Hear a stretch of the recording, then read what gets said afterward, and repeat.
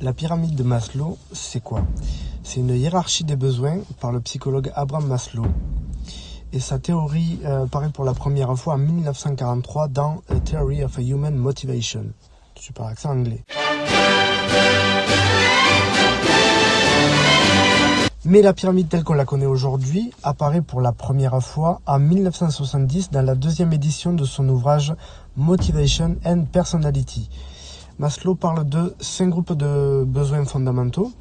Vous avez les besoins psychologiques, les besoins de sécurité, les besoins d'appartenance et les besoins d'estime de soi. Alors même si ces besoins sont placés sur une échelle, il suffit qu'un besoin précédemment acquis soit en danger pour qu'il redevienne une priorité. La limite de cette théorie, c'est que Abraham Maslow a basé son étude sur la population occidentale et plus particulièrement sur son entourage proche, à savoir ses collègues Ruth Benedict et Max Wertheimer ou un truc comme ça, et auquel il vouait une profonde admiration. Nous avons donc passé en revue ces 5 échelons, mais il existe toutefois un 6e dont nous avons peu entendu parler, qui est le dépassement de soi.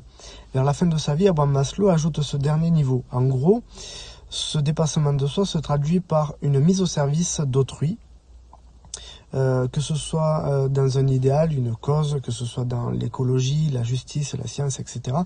Jusqu'ici, les besoins étaient centrés sur la personne elle-même, mais avec ce 6e échelon, nous mettons la personne accomplie que l'on est au service du monde, dans une cause juste, et à savoir ce qui est juste ou pas, ça serait un autre sujet.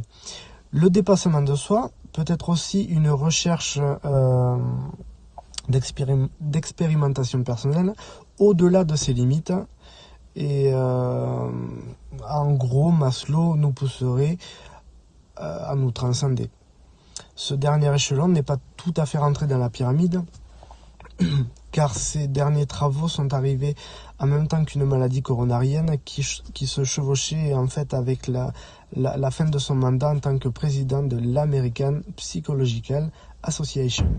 Ouais, Maslow était un homme occupé. Je pouvais pas parler de la pyramide de Maslow sans évoquer ne serait-ce qu'un brin les 14 besoins fondamentaux de Virginia Anderson. Alors ceux-là sont des besoins beaucoup plus utilisés dans les soins soignants comme infirmiers, aides-soignants, mais aussi dans les accompagnements au sens large de la personne comme les auxiliaires de vie, et etc.